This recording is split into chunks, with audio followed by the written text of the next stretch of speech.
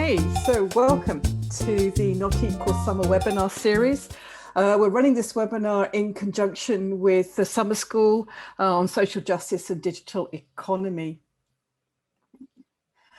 So my name's Lizzie Coles-Kemp, and I've been working alongside Clara and Anne and Alan for the last 3 years on the Not Equal network. Not Equal is funded in the UK by UKRI to around about 1.2 million. So it's a network that's really seriously focused on exploring and creating conditions that enable social justice in digital economy. We've been having fun for the last 3 years. We've really enjoyed encouraging and supporting collaborations between academic institutions and non-academic groups, partners, networks, a whole range, 16 in total that we've supported and encouraged. We've also had all manner of different types of engagements, from small engagements, you can see some of the pictures here, to larger, sort of more sustained engagements. We've also supported projects and endeavors and collaborations that have resulted in new models and processes, but also really novel explorations. I love the sheep at the bottom there. It shows you really the whole breadth of what's been going on. So today, this evening for some of us, slightly earlier on in the day for others, it's really a delight to work in this way. It's one of the few upsides of sort of working in this remote way, is that we can bring really exciting thought leaders to talk about some of their work in our area of social justice and digital economy. Today is the second webinar, and the topic is Equitable Digital Economies. The way that we're going to do this is that in a minute, I'm going to start introducing our panelists. I'll take each one in turn, and they'll do a 7-minute provocation, and we'll go through the panel, and then we're going to have a panel discussion, and open that up to the floor. We are recording because we want to enable this webinar to get as wide a distribution as possible. We know that there's a lot of interest in these topics, and that's growing, and we really want to do as much as we can to disseminate and get the word out there. So our panel, it's a real pleasure. It really is actually a huge honor to have this panel with us today. We have Tawanna Dillahunt from the University of Michigan. We've got Pitso Tsibolane from the University of Cape Town. We've got Ruth Catlow from Furtherfield, Anne Light from University of Sussex, Malmo University, and Maurizio Telli from Marburg University. It's a really exciting, interesting, diverse panel, and I really look forward to listening with you and then engaging and creating debate. So what I'd like to do now, if I may, is go to our first panelist, Tawanna. I'm going to stop sharing and hand over. Let's just see how that goes. So let's see. Oh, right. So I'll hand it to you to get your slides ready while I introduce you, Tawanna. So Tawanna is an associate professor in the School of Information, and she works at the intersection of HCI, environmental, economic, and social sustainability and equity. Her research investigates and develops improvements to and implements technologies to support the needs of people experiencing marginalization and also historically excluded populations. And I'm going to stop talking, and I'm going to hand over to you, Tawanna. Thank you. Thank you so much. Can you hear me okay? We can. All right. Thanks so much for the introduction. I'm honored and very excited to be with you here today. As many of you know, the nature of work has changed and is changing, and we see several technologies available to support employment and entrepreneurship. However, those with limited socioeconomic resources are less likely to benefit from these digital tools and platforms. This figure shows the proportion of recent job seekers who stated they were not confident in their ability to perform these 6 job search related tasks online. And there is an extreme spike for those who have not attended college. The internet is a valuable resource in the job search, and even more so during the pandemic. We must ensure those with limited resources and those experiencing marginalization are not being left behind. In their Psychology of Working theory, Duffy and others define marginalization as the relegation of people or groups of people to a less powerful or included position within society. Arguably, social marginalization and oppression reduce equal access to resources and to decent work. Indeed, labor force statistics in the United States show that Black and Hispanic Americans experience higher levels of unemployment than white Americans. Black unemployment is at least twice as high as white unemployment. Those with a high school diploma or less are more likely to face unemployment, and people with disabilities are much more likely to face unemployment than those with no disability. Such disparities in their intersection with technology motivates my work. For context, most of our research has been conducted primarily in Detroit and the surrounding areas. Detroit is a city that has been experiencing economic decline for many years, in part due to the collapse of the auto industry. To work in the city, cars are a necessity. To work in manufacturing, higher education attainment is not. While manufacturing jobs have declined, we know that the number of jobs requiring a college degree has risen. So while over 80% of Detroiters have a high school degree or higher, only about 17% have a bachelor's degree or higher. 80% of the population is Black, and the poverty rate is nearly 30%, which is 3 times that of the rest of the United States. Throughout much of my work in this context and in using a variety of design approaches such as participatory design and participatory action research, field deployments, and evaluation, we've asked the overarching research question: how might technologies, existing and new, better support individuals experiencing marginalization to support their employment and economic growth? Our early empirical findings show that job seekers would value tools that provide application feedback, connect them to offline resources, and specify where to obtain the skills they need for employment without requiring complex logins or stable internet access, or requires more than the use of a mobile phone. Thus, part of our research has focused on understanding how to develop tools that center the needs and capacities of job seekers while also bridging gaps in digital literacy. I don't have time to go into details, but one finding is that involving job seekers in the design process is empowering. Not only do they begin to see themselves as designers, but they also value their contributions back to their communities, something often missing from capitalistic economies. As I mentioned earlier, we also sought to understand opportunities for existing technologies to support employment challenges. Thus, we explored whether real-time ride-sharing services could mitigate transportation access challenges to work, and if working for these services could be used to mitigate employment gaps. We investigated whether real-time ride-sharing tools could be used to address transportation barriers to work. While these services offer more reliable access to transportation, they don't offer flexible modes of payments or non-digital access points, and they exclude potential riders who don't have bank accounts or smartphones with stable data plans. In a correspondence audit study with 1,006 job applications, we wanted to assess whether a set of resumes enhanced with experience driving for a real-time ride-sharing service received more callbacks than baseline resumes with an employment gap. We found no evidence that driving as a form of gig work increased the callback rates of applicants. In fact, we observed that in comparison to men, the callback rates for women slightly declined, extending past findings of online hiring biases. So while the model of sharing economy seemingly provides opportunities to job seekers when compared to the traditional labor market, our job seekers were less likely to benefit. Because many of our job seekers had given up on the employment system and were seeking alternatives such as entrepreneurship, the second half of our research explored technology's role in supporting entrepreneurship. For 4 years before the pandemic, we engaged in a participatory action research approach with 17 local tourism entrepreneurs who named themselves the Detroit Tours Collective. In our engagement with the collective, we aimed to understand technology's role in supporting their ventures and identified 2 key takeaways. First, digital platforms meant to democratize entrepreneurship assumes access to basic resources. We noticed that existing supports for digital engagement were highly digital to begin with. People were not proactively surfing the web for resources. Searching for online tutorials on how to use entrepreneurial support tools seemed counterintuitive.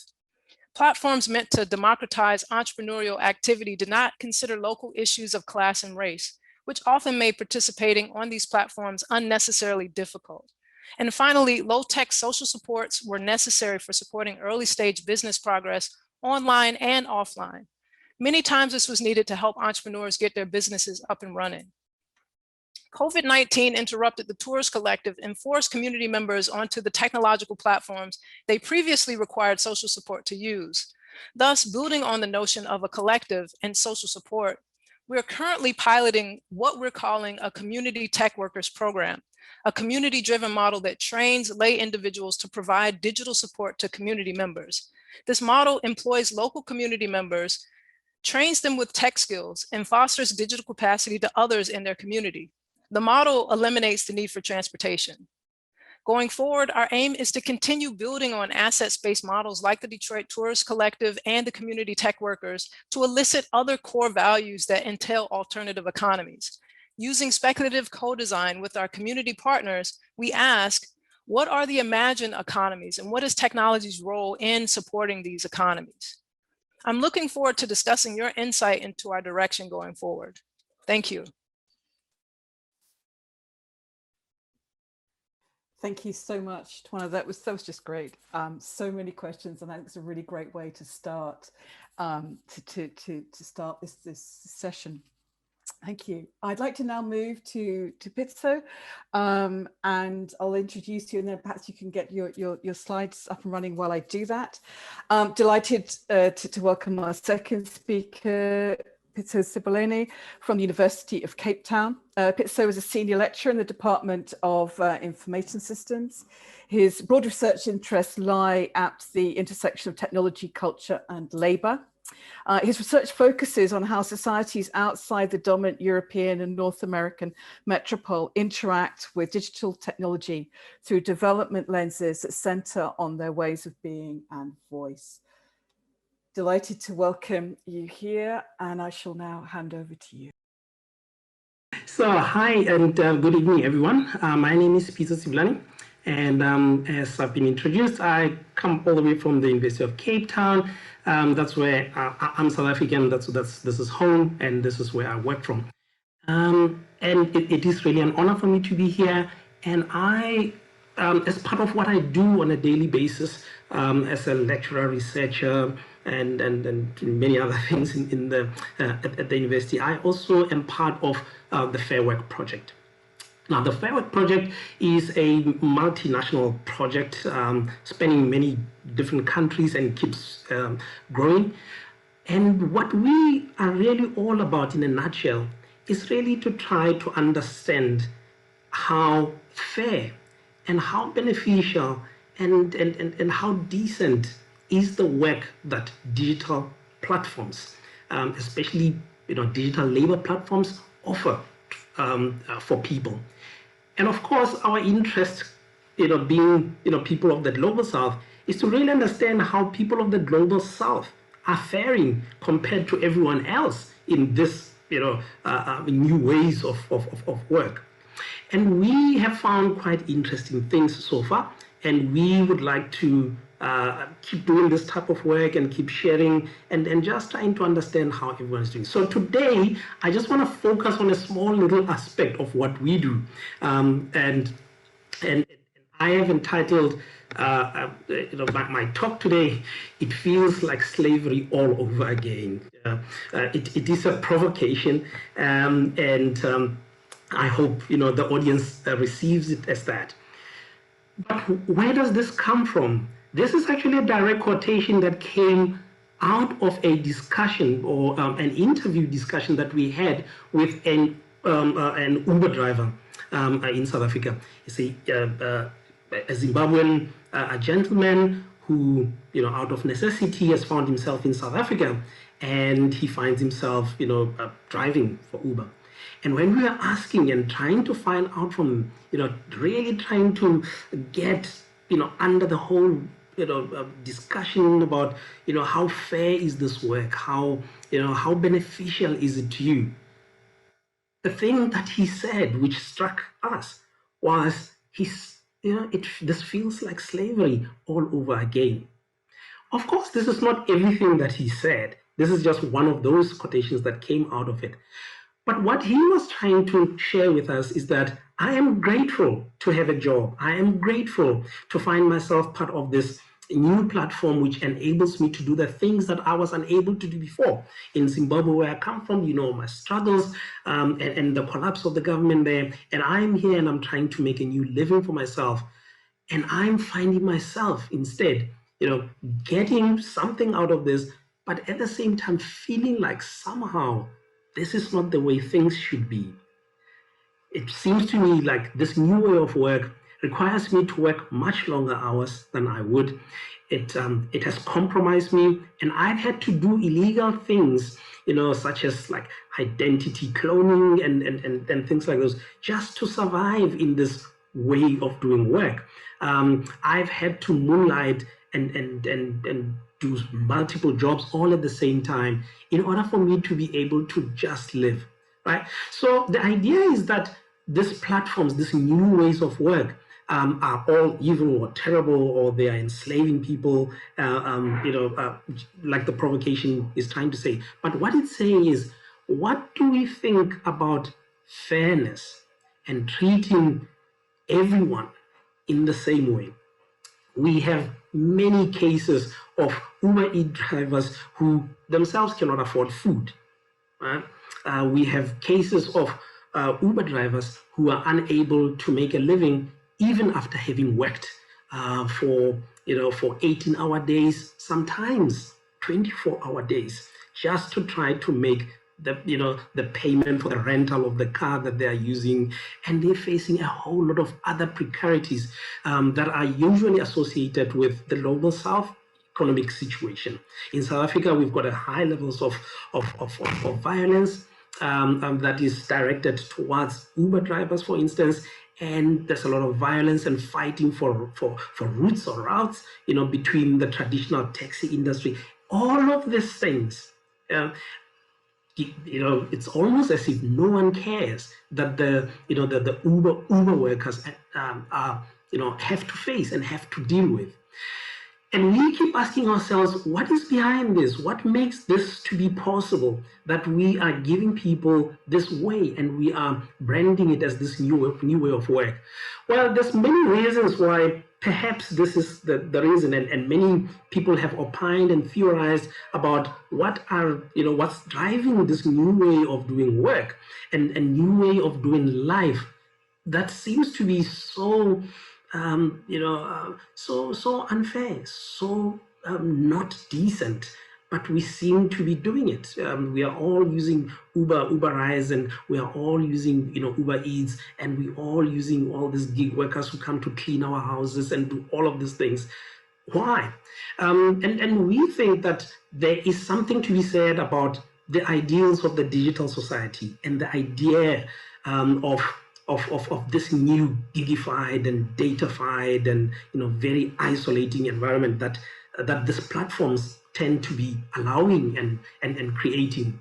The idea that workers can be independent in an instant, and therefore they do not need to be unionized, and therefore they do not, they must see themselves as entrepreneurs, when all they're really looking for is a job. And we're forcing them into this myth of entrepreneurial spirit where people, cannot complain, but they must just work, and this is how entrepreneurs do it. When the real entrepreneurs themselves are actually not doing the hard work that these people are doing from afar. There's the myth about the fourth industrial revolution, and it's quite big in the global South, particularly in South Africa. The idea that there's this new golden century where there's going to be huge productivity boom for everyone, and everyone must get themselves into this world. All of these ideas, the big data revolution, smart cities and smart planet, all of these myths are being created in part by our politicians, but also by the world of technology. Technology professionals themselves are creating this myth and setting up people for a big surprise when they start entering into it, and they are experiencing isolation, oppression, discrimination, gendered ways of relations. They are experiencing a lot of problems that tend to get overlooked because they're getting paid, and they must be thankful as a result. So we are very interested in getting to the bottom of this and really trying to understand it. So lastly, this is what we are trying to advocate for. If we are going to have a better world, promised future of work, which happens to be driven by all these wonderful, algorithms that have been built, this new, engines and engines, that are supposed to help us to have predictive power and to do things better and more efficiently. We only ask for simple things. And if these principles could be part and be embedded as part of what the future of work should have, then we are making some progress. And that's why, as a result, we have decided to go into this world of the gig economy and digital platforms and to rank and score and expose some of these infractions wherever they happen. We ask, are people being paid fairly? And there's a whole lot of things that we look at. Are people being given fair conditions, particularly in COVID-19, when the COVID pandemic hit? Gig workers were left on the ledge. They were, particularly in the global south, they were left to carry the burden of people isolating, and they were the only ones running around in the street, exposing themselves to the thing, this big thing that no one knew what it was, and they had to carry it, and people had to be fair. So we need to ask also, are their contracts fair? These are surprisingly, these 5 principles: fair management, fair representation. These are very basic, simple principles that anyone who works anywhere should be able to answer very easily. And what we are finding is that our digital platforms fail to even answer some of these basic principles. So as a result, we are asking everyone, as we are thinking and theorizing about the future of work, the new world, and these digital platforms that are creating opportunities, can we answer these 5 basic things, and can we make work more decent? Thank you very much. Thank you so much, Pitso. That was another great provocation. Certainly, lots for us to think about. I'd like to now move on, if I may. It's always I want to stop and ask questions, but I can't. So what I shall do now is move on now to our next panelist, Ruth Catlow. And Ruth, if you could. You don't have slides, so we're going to go slideless in a minute, which is great to have that in the middle. And Ruth Catlow is co-founder, artistic director of Furtherfield, and is a network cultures expert. Her artistic practice and curatorial work at Furtherfield has focused on a critical investigation of digital and network technologies and their emancipatory potential. So Ruth, if I could hand over to you. Thank you so much. What an honor it is to be here. I feel like I'm taking a slightly zoomed out view on this question, and from a slightly different perspective on the kind of collaborative economies, specifically associated with explorations in new decentralized financial technologies and their relation to kind of governance and decision making. So since 1996 at Furtherfield, we've initiated experiments in artistic co-creation with artists, techies and activists across digital and physical networks. And from venues online and in Finsbury Park, where our gallery is, we rethink life in a world of advanced technologies. So just to give you a sense of this, Finsbury Park is based in North London. It's a park used by people who speak 200 different languages. And there are kind of multiple diversities at work, at highly migrant populations. And so our work has been to find new ways to connect with the users of this park and networks of kind of exploratory artist and techie researchers to work out what is important and what we need to be understanding, engaging with as new technologies are constantly emerging. As an artist who grew up with the web in the 90s, I have come to consider myself a recovering net utopian. So I've kind of been constantly fascinated with the emancipatory potential, especially the promise in the mid-90s of decentralization technologies that would allow us to organize in new ways. but really learnt the hard way about hazards and limits, and also the tendencies of networks to accelerate and amplify inequality. And I think we're hearing some of this already in the brilliant talks we've heard today. Our intention at Furtherfield is to create context for diverse interests and cultures to shape decentralization technologies that will impact all of our lives into the future. Just specifically, since 2019, our Decentralized Arts Lab has explored the potential for blockchain technologies in relation to freedoms, fairness, and solidarity in the art world, and really looking beyond the potential for financial speculation and money laundering. And this was built on a program called Art Data Money, that was a kind of program of exhibitions, labs, and publications that asked how we might build a commons for the arts in the networked age and in the age of big data. And just one last peg so you can kind of get a sense of how we've come to where we've come to. In 2017, we published a book with talk editions called Artists Rethinking the Blockchain that kind of built on what we'd learned together with our networks of artist techies, but also from our grounded community in London. So why the blockchain and why the art world? Well, first, let's not assume, I'm just going to do a baseline, like what blockchain? What is blockchain? So I think if we think about the World Wide Web as the internet of messages, we can understand the blockchain as the internet of money and governance. So it's a kind of internet with money baked in, or kind of financial technologies baked in. And there are all kinds of like quite mind-bending political consequences to conceiving of an infrastructure for money and governance that acts independently from states and banks. And so why the art world? Well, the art world's really got a problem. So while it garners great wealth, like artists in even the world's wealthiest cities really struggle to make even a basic living. And this is to do with the relationship. There's this kind of awkward relationship between the value of arts to society and how it's resourced. And this kind of resonates across all kinds of other productive human labor, I think. And of course, arts in common with blockchain has this problem as a kind of vehicle, for speculation and money laundering.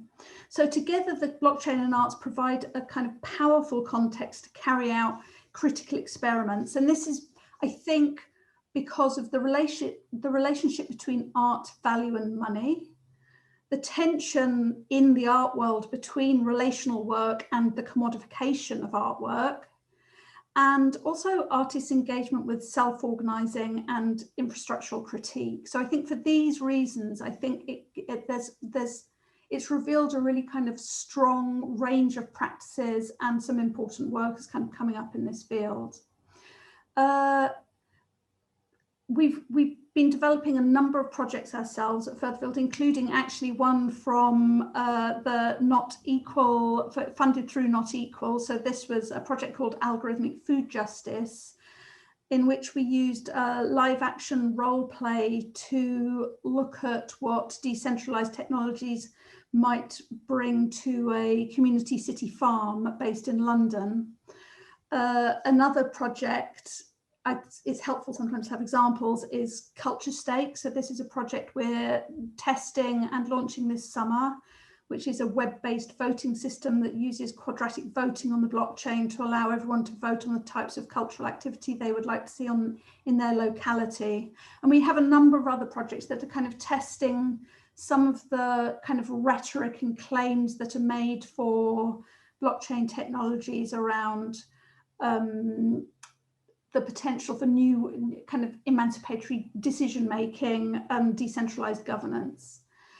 At the core of this is a kind of shared understanding that we need to move away from small groups of experts making decisions for large groups of people towards large groups of people working together as cultural communities.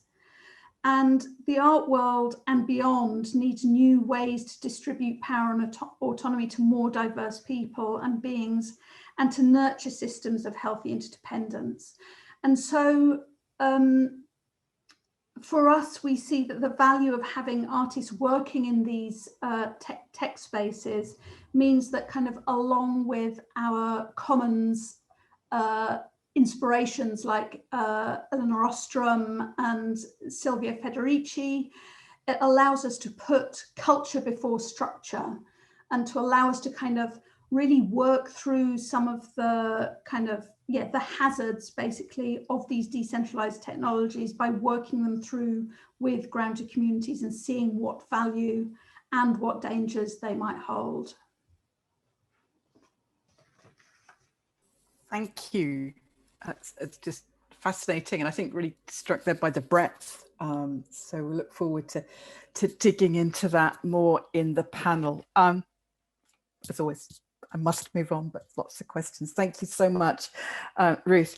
If we could now move to Anne Light. Anne is Professor of Design and Creative Technology at the University of Sussex, and she's also Professor of Interaction Design, Social Change and Sustainability at Malmö University.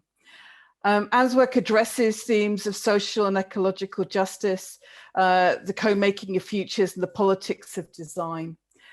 She specialized in participatory practice in the social impact of technology and brings together multiple disciplines, HCI, the arts, design, into these conversations. And Anne, I'm going to hand over to you if I may. Thank you. And I'm going in another direction, but I think very much based on what we've been hearing about some of the problems with what's emerging as kind of network economy or network economics. For many years, I've looked at what happens when you scale technology, but you don't necessarily take consideration of place and a sensitivity to people's practices with you.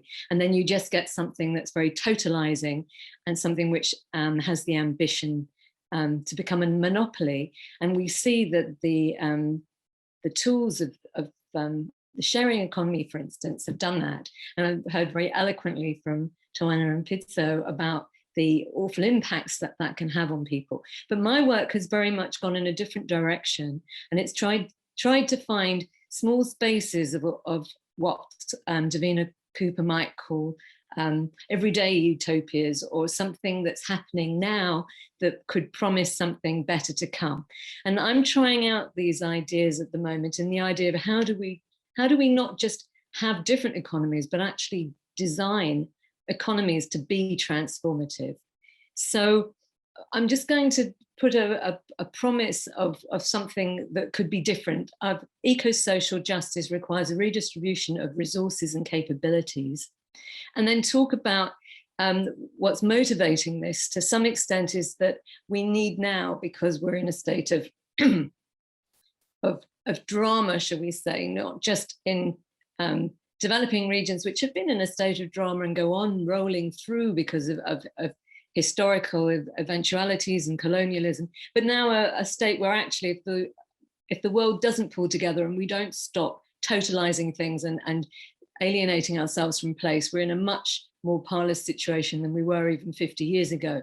So here I'm quoting Gibson Graham, who've done a lot of work on alternative economies, and they're talking about the diverse exchanges, labor and surplus appropriations that involve rivers, soil profiles, animals, biota, minerals and atmospheres that contribute to economic well-being. And the task being now to look at those kinds of contribution and recognize that we need to be thinking in bigger ways and also smaller ways. So I'm going to come on to that. Specifically, I'm going to talk about a very small but very successful moment that's just happened off the coast of Sussex near where I live. And partly because it's really important that we improve fishing stocks, partly because there was a whole world underwater till the 1970s just on the Sussex coast, these marvelous kelp forests that were completely wiped out by trawler fishing. And there has now been, after a 3-year campaign, the opportunity to ban trawling, but by law locally to ban trawling and see what can be regrown. And I think this is a wonderful example of a transformative economy. So I'm going to call them a class of project that knowingly works to create new economic relations between different life forms and material. And I'm contrasting that very much with these unscrupulous venture-funded monopolies. So it's looking at changing resources so that resources are better understood and cared for better and better apportioned, designed to bring about eco-social change, and also holding the means to make the change within. So this is a campaign called Help Our Kelp.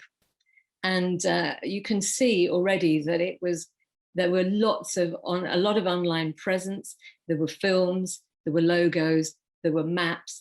And I was interviewing one of the fisheries and the local fisheries departments in the civil service. And he was saying that normally when you're trying to change a bylaw, you get about 5 or 10 people expressing an opinion. But because of the energy that they put into this, they actually had several thousand people, and enough pressure was brought to mean that actually the, now I'm going to get it all wrong, but the Department of Environment, Agriculture and Fisheries actually responded by changing the legislation. So this is what it is, but very much an online campaign, something that was mobilizing local people, but using technology and also inspiration. And one of the things that they credit it with was being able to demonstrate that there is a world underwater which we don't see, and involving David Attenborough to narrate. Off our coast, there are magical underwater forests. So making this connection between what we experience on land and what we don't experience underwater as a place that sustains thousands of different life forms. And they've done it by championing the bylaw, bringing together key players and preparing work streams where they're going to look a lot at data, and I'm sure that will use a lot of technology. But what I found interesting also is that one of the partners is actually a media company which makes films. So here we have something where completely built into the system is this idea that it needs to be both a physical campaign and something which can win hearts and minds. So this is the company, and they do a lot of that kind of work.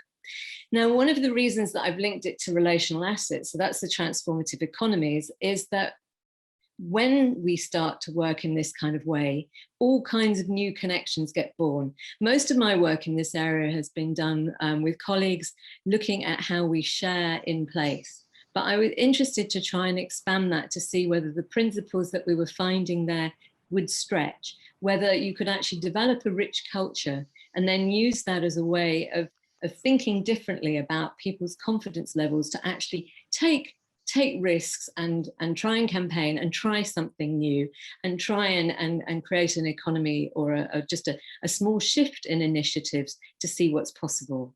And we found that actually it becomes a virtuous spiral that promotes pro-social values. So if you get a few people doing something and then it builds, and then you start to have a whole lot of different initiatives possible. And I've been looking at that very much as something that happens in place rather than belonging to specific people. And now trying to find examples beyond the ones that I know and in different kinds of spaces. So just to finish, some principles of the kinds of ways that we could use technology differently then, which are still network technologies, but actually being used to develop small initiatives that support growth of different relations, growth of different sharing resources better, working to develop capabilities in an area. And the areas that I was originally looking at, I wouldn't say this for Sussex particularly, but the areas that we started with were very mixed.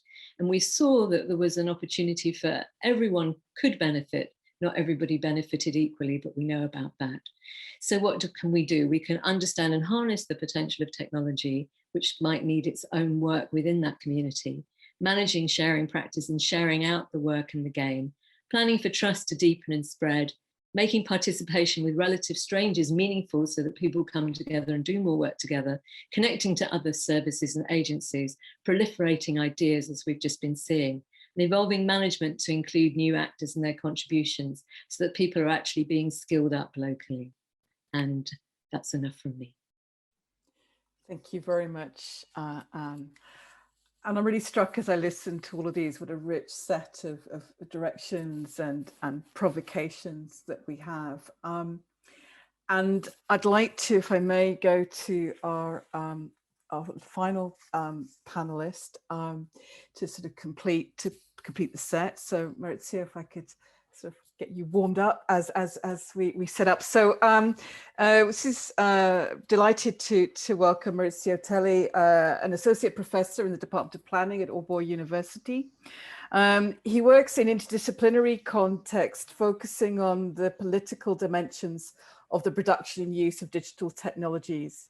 He's developed ethnographic sensibility that's now extended to include digital methods in order to study the development of software and for the participatory design of digital technology. So Maurizio, if I may hand over to you.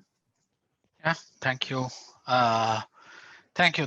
No, it's flattering to be the last one in this wonderful panel so far. I hope I will be up to the job because I'm taking a different approach myself. Other than thanking for the invitation, or in this speech, I just used the concept of, in the title, the concept of thought, because what I'm asking you is, is to follow me a little bit in the reflexive path I entered a few years ago to get to actually use expression like beyond capital in my work. That was something that I was doing. Indeed, if you have looked for me, you could find that I have a book co-authored with two dear colleagues, David Aken and Barbara Andrews, that is actually called Beyond Capital on Commons Computing and the Search for a Viable Future. But that was not my long-term research interest. That I came to that in my PhD that was completed 8 years before the book. I actually was doing completely other stuff, and then I work outside academia and so on. So it's been kind of bumpy roads, but fascinating from many point of view. At least I enjoyed it. And the point was what happened that has basically brought me to that, and what does it mean for my research and practice now? This is what I want to share with you. What happened, first of all, was the economic and financial crisis of 2007 and 2008. That for many is in the past, but for me was exactly when I was submitting my dissertation. And at the time also meant cuts to university funds in Italy, where I am from. That was basically transforming the future I had worked for, that was a research career, from a family in which I was the first university graduate in my father family. This possibility became immediately impossible. That was what happened there. And in that moment, my personal experience and my political position as a precarious researcher finishing his PhD and my professional profile in terms of research topic tried to slowly converge in a long process toward actually questioning capital and capitalism for a few reasons. First, I was in the right humus. So that is, I think, is important, because I was in the right humus where the idea that the personal is political was very strong. I was surrounded by friendship with a lot of feminist scholars, for which this expression is as old as me, is probably older. And the second thing is that that you one of the slogans of the social movement called the Anonymous Wave, that was challenging the cuts to higher education, was exactly the idea that the future was stolen from us. So the idea of losing a future was not only a personal experience, but was a collective one. And finally, in this reflection at the moment, I was actually teaching participatory design. That was something I was doing, but was not my core research topic. And I was co-teaching this course with my friend and colleague Vincenzo D'Andrea, and we decided to actually try to change what we could control. That was the course, and we changed it in a way to give the students the means to shape the course. And completely, we started discussing the entire syllabus with them since day one, basically. And so in that specific moment, why I'm saying that, in that specific moment, the personal, the political and professional aspects were on one side, showing the effects of what now I will call the command of capital and austerity. But on the other side, the same personal, political, and professional relations were pointing out on what alternatives could be built. It was actually leaving those relations at a personal, political, and professional level. I could question what has been defined capitalist realism. So the idea that it's easier to imagine the end of the world than the end of capitalism. But actually looking at the smile, soap, and even the anger of all the people at the time, I started doubting that capitalism could not be questioned. And so I started questioning it. And but what does it mean for now? Now what I'm doing is that I'm orienting my research interest on what seems to be seen in the future for the majority of humankind, like the ecological crisis, and also some ways of doing technologies like known as artificial intelligence. In particular, I look at the role of capitalism in relation to this topic, and these topics, and we can find very good arguments on how organizing life as in contemporary capitalism is hardly compatible with environmental and social sustainability. But the real challenge is to understand how arguments developed like here in philosophy, also Silvia Federici has already been mentioned, arguments developed in philosophy or in environmental history can actually be translated into meaningful concepts for the design of digital technology. So I do design projects. I'm now working on AI and machine learning with machine learning colleagues. And I've been working on platforms and so on. So, but the idea is for me, the point is how do I translate these concepts that gives us a sense of the world into actually actionable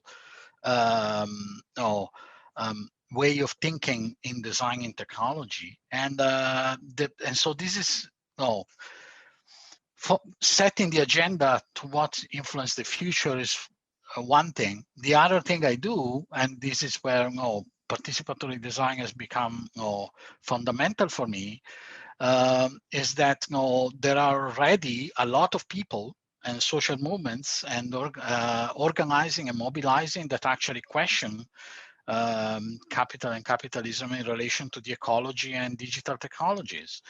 And so for me, that means basically to take the back seats and work with them and bring the contribution I can bring from my position as a researcher, as an academic, but they are driving the direction. Is more supporting forces already at play more than coming up with new ideas. So in line with this tradition of participatory design, I'm actually convinced that this is also a very good research strategy, because conceptual and technological novelty come exactly from the relations that with the ones that are already experimenting and doing a lot of surprising and incredible things.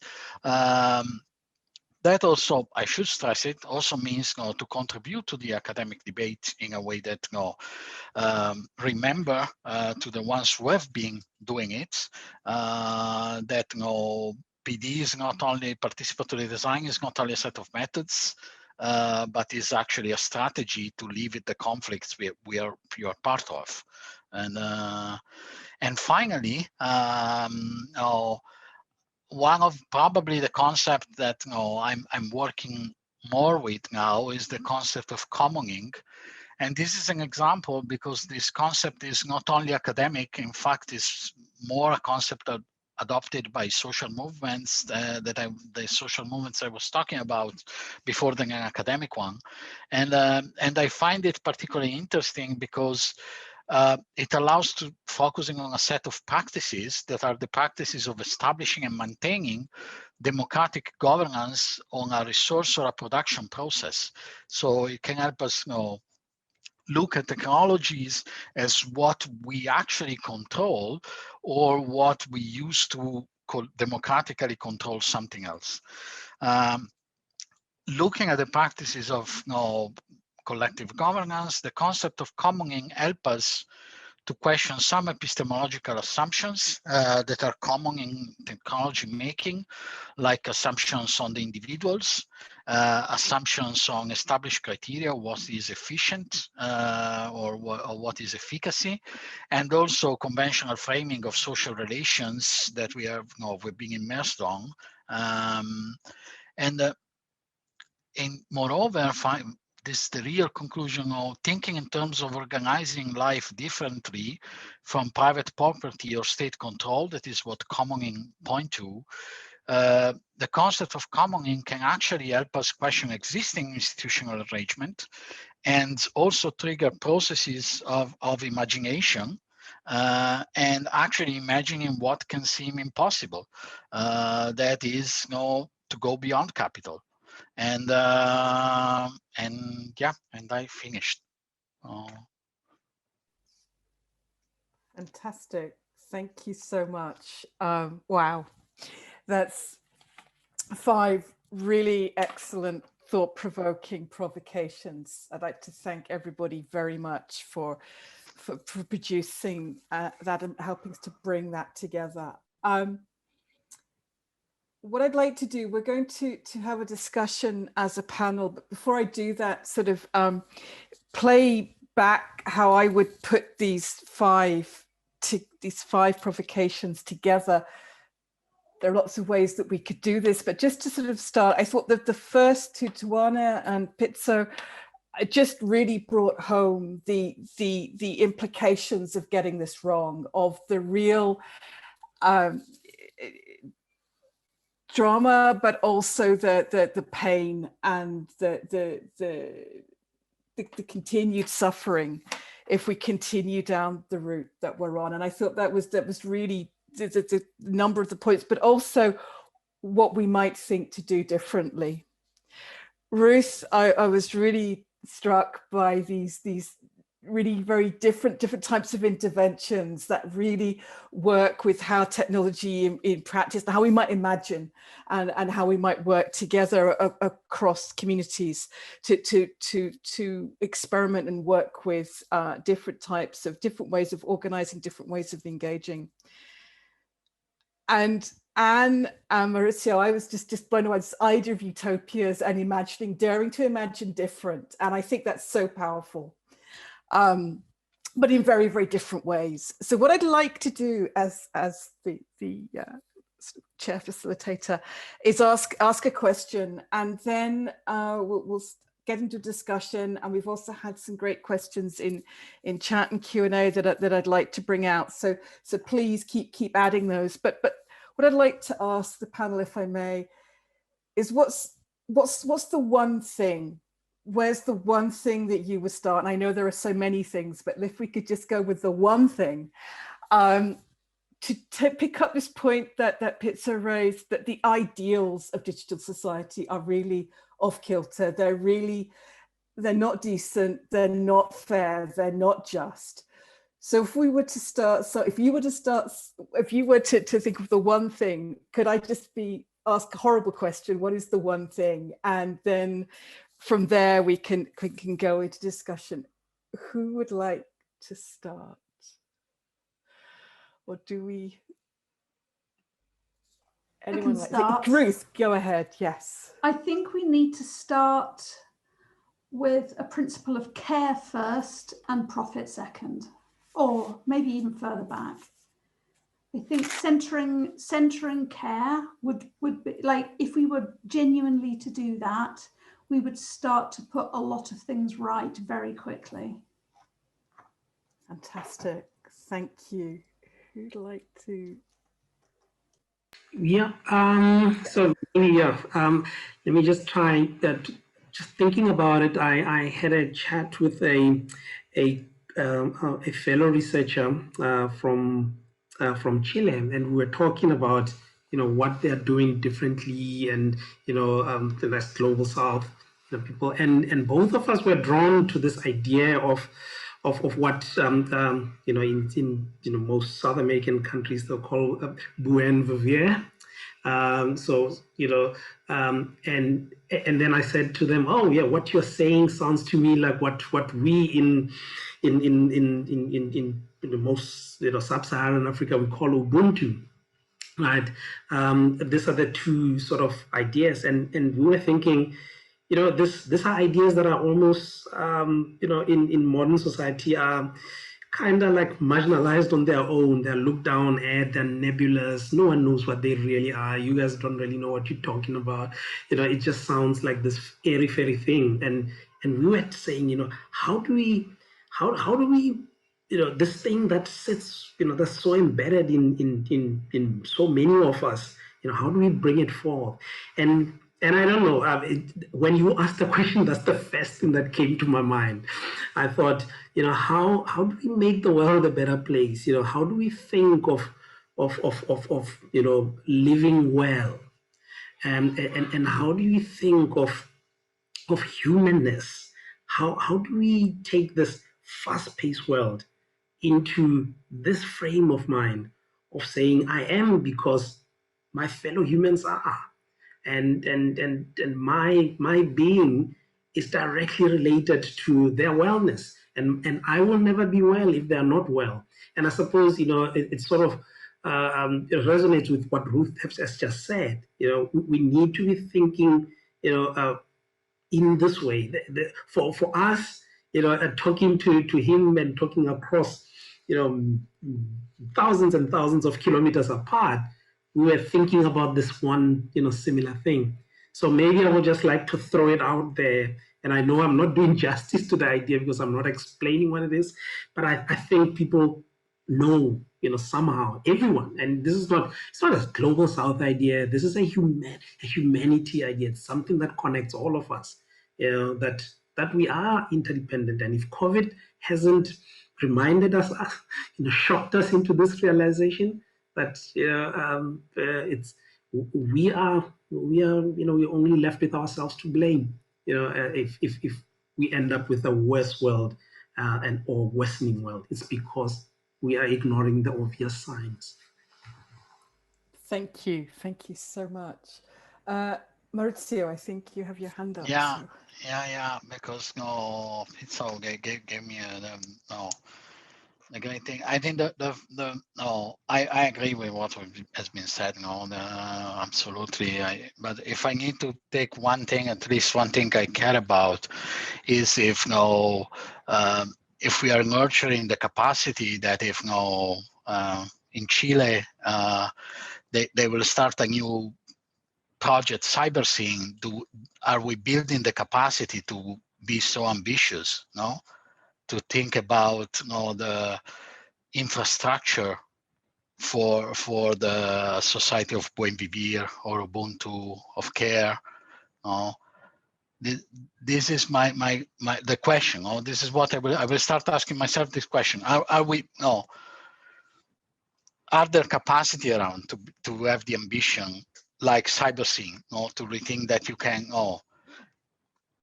engage with a transformative project on that scale, and hopefully without a golpe. And but yeah. Thank you.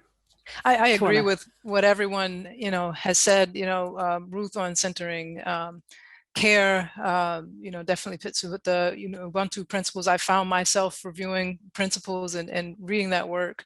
I'll echo what one of my colleagues says. My colleague Professor Ron English is not being extractive and being generative, right? Like, how do we contribute back to the earth, right? Like, you know, we're not in a good place right now environmentally, and we, you know, if we're going to look at a single problem, we should, you know, ask ourselves, how are we making this, you know, this world a better place for, you know, future generations?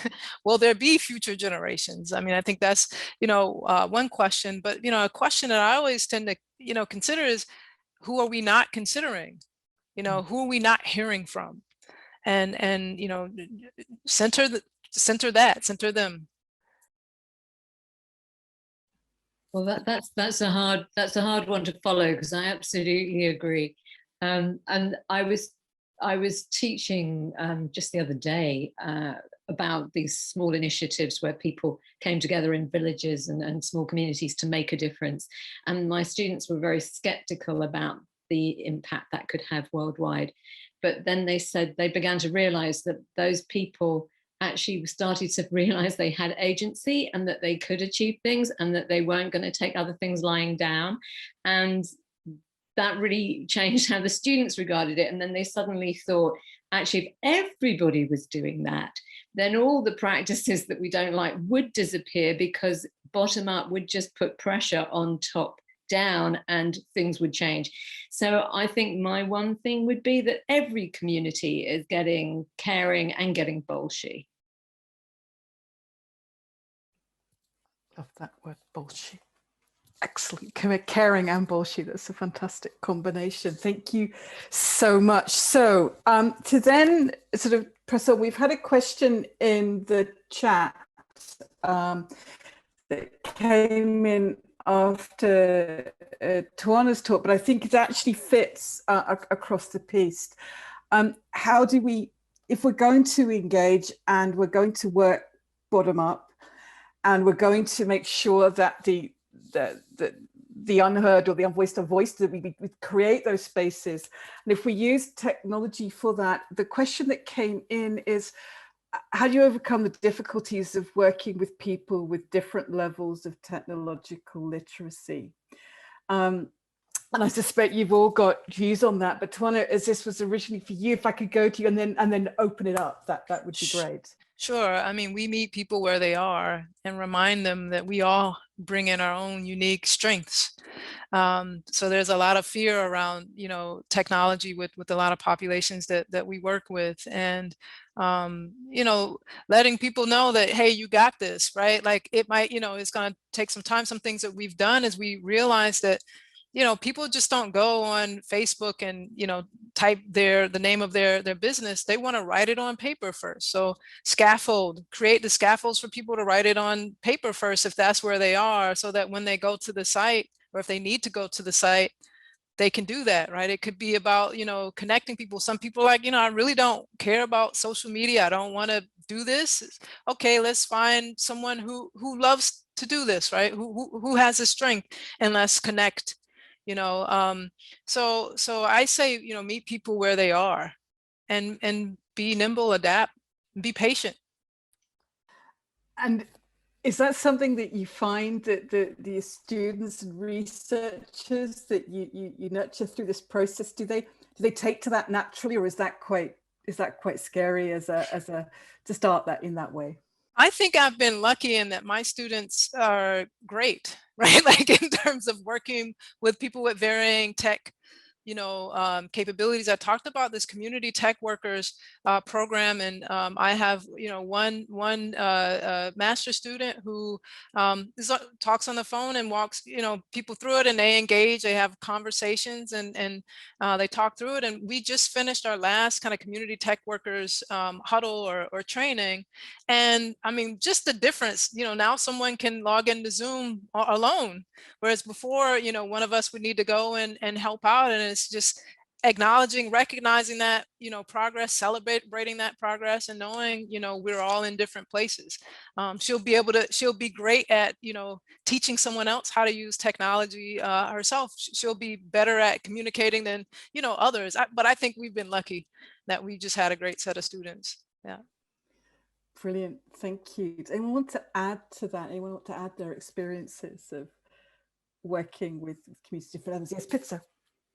Yeah, so I possibly come from a place where, this whole gap of skills is most vivid, right? I work with communities, well, I come from communities where the level of digital literacy is very, very, it ranges from non-existent, low, and probably averages at average.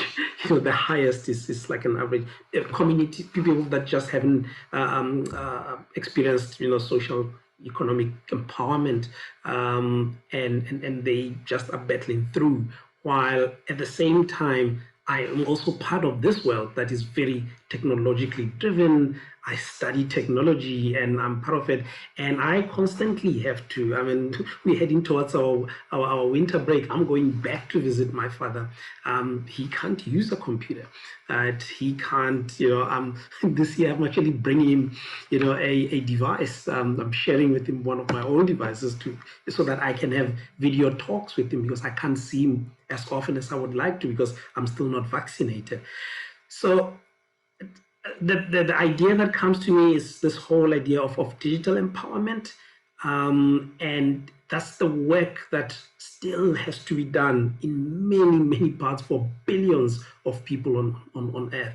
And sometimes I think as we power through, to Mars and make space tourism a thing, as we do all of these things, we need to be thinking at the same time about, first of all, how we relate to all this, this planetary bodies, and how we take care of them. There's already talks of, insane amounts of space pollution.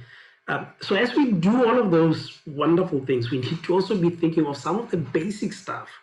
How do we make sure that people are digitally empowered? How do we make sure, and how do we build it into this massive, wheel that's pushing forward? How do we build in simple things like digital literacy? How do we teach people? How do we take them through? And how do we give them access to these things? And not just access as in, okay, we've just rolled out fiber in this in this farming community, and then we've left. And then people are like, where is the fiber? Like, what is fiber? And these types of things happen, so I'm a researcher within the ICT for D space, ICT for development, and some of the most amazing projects happen, where people go and build telecenters in poor areas and they just leave them there. And people are, as soon as they leave, people take those computers, shelve them aside, and they take the space. It's it's a shelter. Those types of things we need to be aware of them and take them as things that have to be done in order for us to see to realize it. Because if we don't, and we have these billions of people left behind that are not digitally equipped, that don't have the most basic digital capability, the dream of a digital society is a farce, and they will drag us back to reality one day, and things will come crashing down, because they will say, who is this for? And who is it there to benefit? And those questions come up, we can already see them. So yeah, I'm a big proponent of digital empowerment in its entirety, and thoughtful ways of empowering the digitally excluded people, not just poor people, but disabled people as well. We need to be thinking of all these facets. And it sounds like a lot of things to worry about. But if we don't, it can only turn out bad for us in the end. So we need to take everyone up with us as we go on. Thank you. Yeah, there's a lot to reflect on there, but it is about that. And I was thinking then, Ruth, with your statement of care first, profit second, Pitso makes this really powerful argument that ultimately for our collective well-being, we need to work for the benefit and the inclusion of everybody. How can we get that message? How can we be effective activists to get that message across, do you think? What for you has worked particularly well in getting this message to land? I mean, there's no, I certainly have no silver bullet, but I do have, like, we've taken a number of different runs at it in different ways. And I think for me, most recently, the most powerful project that we have been involved in is a project called the Hologram, which is a peer-to-peer feminist healthcare project, which looks at a kind of bottom-up system of building communal health that's based on the expertise that we have between us, and that really centers care. It's essentially a feminist project, so it's centering care and living systems over all other concerns. And through these, so what's so powerful about it? What's so powerful about it is that it's doing these very small shifts in the kind of social relations it builds, and that in itself is very subversive. And because it puts care at its center, so because its participants are actually caring for each other, and they're finding new ways to do that are essentially very anti-capitalist. And because it's a project that spreads itself, so it has a kind of viral mechanism just in the way it's structured. It makes these kind of subversive changes to its participants that then spreads into the world in new ways. And it uses tech, but it doesn't have to. But I think it's been quite interesting to see the way, like, because this project really grew up in the pandemic, like all of us have really had to learn how to support people in tech, but also how hard tech is on the body. Like this platform, especially the platform Zoom, is very hard on the body, and very hard on the body when you're trying to do complex political personal work. You know, it's the kind of communication, the difference between trying to communicate about hard things with people that you don't know in a platform like this, like the level of energy it takes is a lot greater than it would be if we were together in the same room. Yes, so essentially a project that centers care as part of its narrative is the example that I give. But I think that there are many, many ways that this happens, and often projects that they don't have to be talking about care. It's very often the way in which things are done, like making things accessible to people who wouldn't ordinarily have access to it, is also really important. And thinking about how to center marginalized voices, also super important. So I think there's just a whole mass of ways to come at this. That's really, I think this examples by doing, by showing, by engaging, but also this really important point that this is also hard on the body. It's hard on the body and hard on the mind. And limiting, I think, is such an important thing to acknowledge. And do you want to come in? Well, I was going to comment on the fact that being part of Not Equal, I think, has made us particularly aware of how the pandemic hit and resulted in a lot of people finding themselves digitally excluded. And then the kind of measures that had to be taken kind of just in communities to be supportive of each other, and how they have failed in places, and particularly in areas where the resourcing is, of course, less, because that's how it often goes. And it took me back to some research that we did many years ago when I was working at Sheffield Hallam University in South Yorkshire on 24-hour carers and what their needs were. And at the time, people were trying to make them a little kind of tablet app that would allow them to access more resourcing digitally, as they were not, sort of connected, as the idea was at the time. And what we learned was that actually didn't matter what kind of app you put in front of them at that point. They were very busy, they had other priorities, and it was about working very carefully to customize something for those individuals and be supportive of them and give them the time and space to actually be able to contribute, and that no amount of technology was going to solve that one. It was going to be entirely a care-based activity.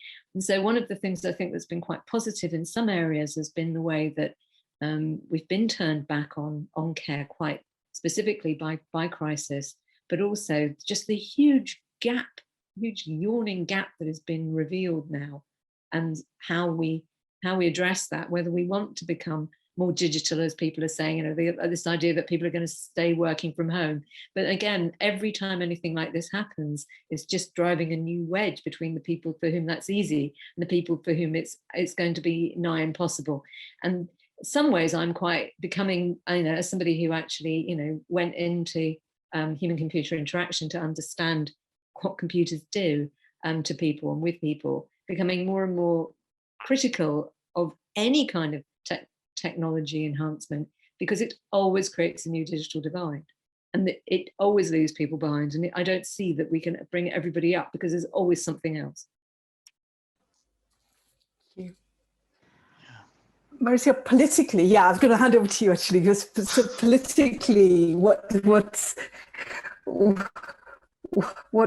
should be some moves that we think of so that we don't get into the cycle of digital?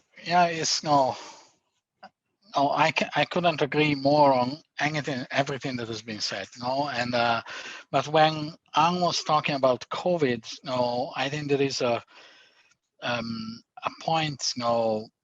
Here in Denmark things were okay, but in Italy, my home country, it was very tough. And there were, I think, a couple of things that I want just to share and put on the table. One thing is that people my age, so around 40, we were all busy doing all the working from home and taking care of kids with Zoom calls and everything. But the interesting thing was that the younger generation was on one side very careful about respecting the measures, the intense lockdown, but also doing a lot of solidarity measures, like doing the grocery for the elderly in the neighborhood, and all these.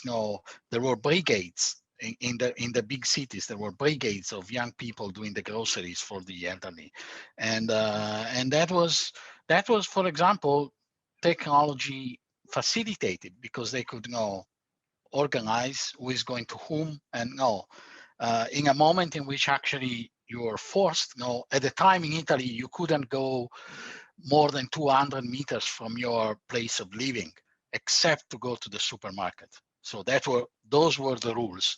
So was and so there needed to be that, to say that I agree with Don. There is the more we study technology, the more you get to say, okay, no, stay away from it. But on the other side, this thing is there. If we look at the EU, basically all the biggest chunk of the research money is all going to AI and all this kind of stuff. So the point is, for me, the politically is really building the capacity to keep up, not to be anytime overwhelmed. And that implies both the research and this kind of example, like the brigades and so on, because those small communities often struggle. They lack resources. They're often based on a lot of voluntary work, and this is the easiest one to go when you're having difficulties. So there is a lot there in trying to build. What I try to do is, when I do projects with those community, I try to give them money. I try to build with them something that they can use beyond when let's say my paid work is done. I haven't mentioned, I just put some screenshot in the slide, but in one of the projects I've done recently called Common Fair, we have actually built an association, and we are still working with these communities, even if we are not getting money from it now. But this we are keeping up, because there is a necessity of a long-term relation. because it means going together, let's say, in somehow. Well, each one on his respective, let's say, keep direction, but it's really an act of commoning in itself, being making things together, and with the idea of being together for a while. Thank you. I'm really struck by with all those answers is that, all those responses, is that it's about being the change. And I think that is really, there's a really strong element in that, in being the change and networking and building capacity in whatever ways we can. And that's a really important point, I think, for us all to take away. Amazingly, we're coming towards the end of the panel. The time has just flown by. I wondered whether there were any last points that anybody feels that they'd like to make, and any last points from our participants that they want to put in the chat. Was there any last comments? Ruth, yes. It just, a point that struck me as I was listening to everyone talking was just how we have two sides of the same coin, being digital exclusion on the one side and digital colonialism on the other, and that these somehow sit in relationship under capitalism, and that it feels like somehow they go together, because the way the kind of like new techs are so dependent on this kind of idea of kind of massive scaling up and universal application, but where the mass of people left out aren't considered. And I just feel like there's something there that requires constant consideration, like the relationship between these two things. Anyone like to add? Yes, Tawanna, go ahead. I just, I want to say, thank you again for the invitation, and it's been an honor to be with you all here today. Thanks to everyone who asked questions. I'm kind of struck with Ruth's having artists rethinking the blockchain, and part of our work is having regular people rethinking economies, right? Like alternative economies. And I'm just going to pose a question for the panel. What are methods? Maybe this is to you, Ruth. What are the approaches that you've taken with artists rethinking the blockchain, for example? Yeah, I mean, I guess the things that we've done is very consciously brought. So we ran a series called Decentralized Autonomous Organization with Others.